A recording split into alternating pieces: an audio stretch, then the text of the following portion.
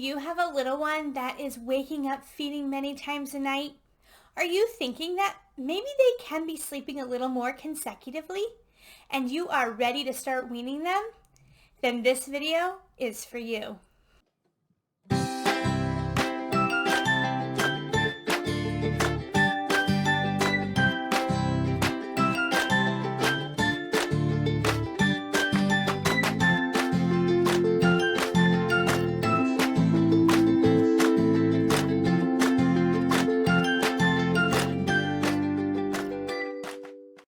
Hello, I'm Haley Hennahan with Littlesleepersanddreamers.com, and I am your pediatric sleep consultant. Are you hoping to start weaning your child from night feeds? In this video, I'm going to explain exactly how to do that. But before I get into that, I want you to check with your pediatrician. Make sure that your child is ready to be weaned from a night feeding or two. Typically, children are ready around 6 to 7 months to sleep through the whole night, but every child is different. So go ahead, get the green light from your pediatrician before you start weaning your child from these nightly feedings. Remember, as you feed your baby, you want to make sure, no matter what time of day it is, that your baby is always awake. You want to keep your little one awake the whole time he or she is eating so that they are not associating eating and falling asleep. You want them to have the idea that these are two completely separate concepts. Eating is for nourishment and not to help your child fall asleep. So especially at night when they are more tired and they do want to sleep, you want to make sure you are doing all the tricks to keep them awake. Strip them down to just their diaper, tickle their little feet or their cheek, get them just awake as much as you can so that they are able to go to sleep without needing to feed. So that is your first job, making sure that every single time they go to sleep, they are awake to go to sleep and they aren't falling asleep as they eat. Now, one thing to really check on is, are they eating for nourishment? Do they need it? Or are they eating for comfort? Is it something that they just need to fall asleep with? So the way you can kind of gauge is, how much are they eating? When they wake up at night and you get them out of their crib or bassinet and give them a feeding, are they feeding for 2 minutes, drinking 2 ounces, or is it a full feeding? Are they feeding for those normal 15, 20 minutes or drinking those normal 5, 6 ounces? If it's a full feeding, then you know your baby was hungry and is eating for nourishment. If you go to feed your baby and they are back to sleep in a couple minutes, chances are they weren't looking for food, they were looking for comfort. So really pay attention to how much your baby is eating at night to know if they really need it or if they're just eating for comfort, because you want to only be feeding them for nourishment.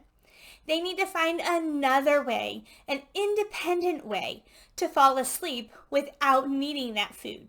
The best way to help your little one not wake up at night looking for food for comfort is, again, keeping your baby awake and putting your baby down awake to sleep. If you are continually feeding your baby, having them fall asleep and putting them down, they're going to keep doing that. They're going to keep waking up looking for that food to get them back to sleep because they don't know how to get to sleep without that food, without that comfort. So you really want to break that cycle so that they are not associating eating with their sleep. The next thing I want you to look at is wait time. When your little one wakes up and starts crying, are you rushing right in and getting them a bottle or giving them some breast milk? Or are you waiting? Because one, babies are noisy. They are noisy sleepers, and sometimes they're just grunting and making those noises as they are still asleep. So if you go a little too quickly, you could be waking them up when they're not actually awake, not actually needing that food. So make sure you are giving 3, 5, maybe even 10 minutes of wait time to make sure that your little one is truly awake. You also want to make sure you give them that time, if they are awake, to see, can they self-soothe and get themselves back to sleep? There are many reasons why babies wake up at night, and it's not always that they are hungry. So giving them that time might help them to realize, okay, I don't need food, I can get myself back to sleep, and you will see results right there by giving that wait time. So when you hear your little one at night, it does not always mean, oh, I gotta feed my baby. More chances than not it might be, but you need to give that wait time first. And then again, after you give that wait time and you do choose to feed, make sure your little one is eating a full feeding. Okay, so now if you have done those things, you have got the green light from your pediatrician that it is okay to start weaning those 1 to 2 feedings and get your baby sleeping through the night, then you need to know that this is a slow transition. You don't want to just one day give a full feeding and the next, cold turkey, no more food at this time. That is not the way to do it. You want to really pay attention to your baby and go slowly. So if you are breastfeeding, you are going to reduce the feeding session by 2 minutes every night. And if you are formula feeding, you are going to reduce the ounces by 1/2 ounce every night.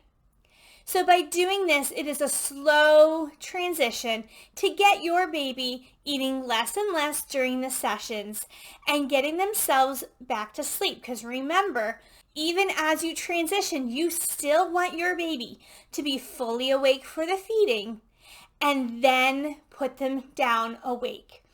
So you are going to give the feeding, cut the time a little less, or the ounces a little less each night. And then when you are all out of minutes or ounces, then you are going to do your sleep training method during that time. You are not going to be giving the feedings anymore. Now you might ask, well, if I usually feed my baby around 3 and he wakes up at 4, what do I do? If you are weaning, you can still give that session.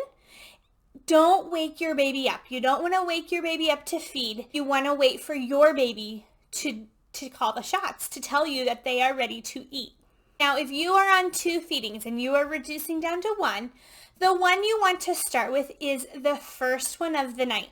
So if you have an 11 o'clock and a 3 o'clock feeding, start with that 11 o'clock feeding. And that's the one you're going to reduce. Leave the second one alone, do a normal feeding, and just continue on as if you were not weaning at all. So the first one is the one you want to do. Now again, don't wake your baby. You want your baby to wake you. So if it's not right at 11, if it's at 12 or 12:30, that's fine. Let your baby be your guide, but still reduce that feeding because that is still the first feeding. Once that one is done, as I said, you're doing your sleep training method till the next feeding is needed. Now, if you choose to wean that one as well, that is okay as long as your pediatrician agrees. But make sure you do not do anything with that second feeding until the first feeding is done and your baby is able to make it through the night to that next feeding. So you really want to nurture that first weaning session and get your baby adjusted and acclimated before you go and try to wean the second feeding. Okay? Now, after both feedings, or if you just started with one and that one feeding is done, then that is where you do your sleep training method, and eventually your baby will start sleeping through the entire night. If you have not sleep trained your child and you don't have a sleep training technique that you can fall back on when they are done their weanings, then go ahead and check out my website, Littlesleepersanddreamers.com, we can hop on a free phone call where you can discuss your sleep issues.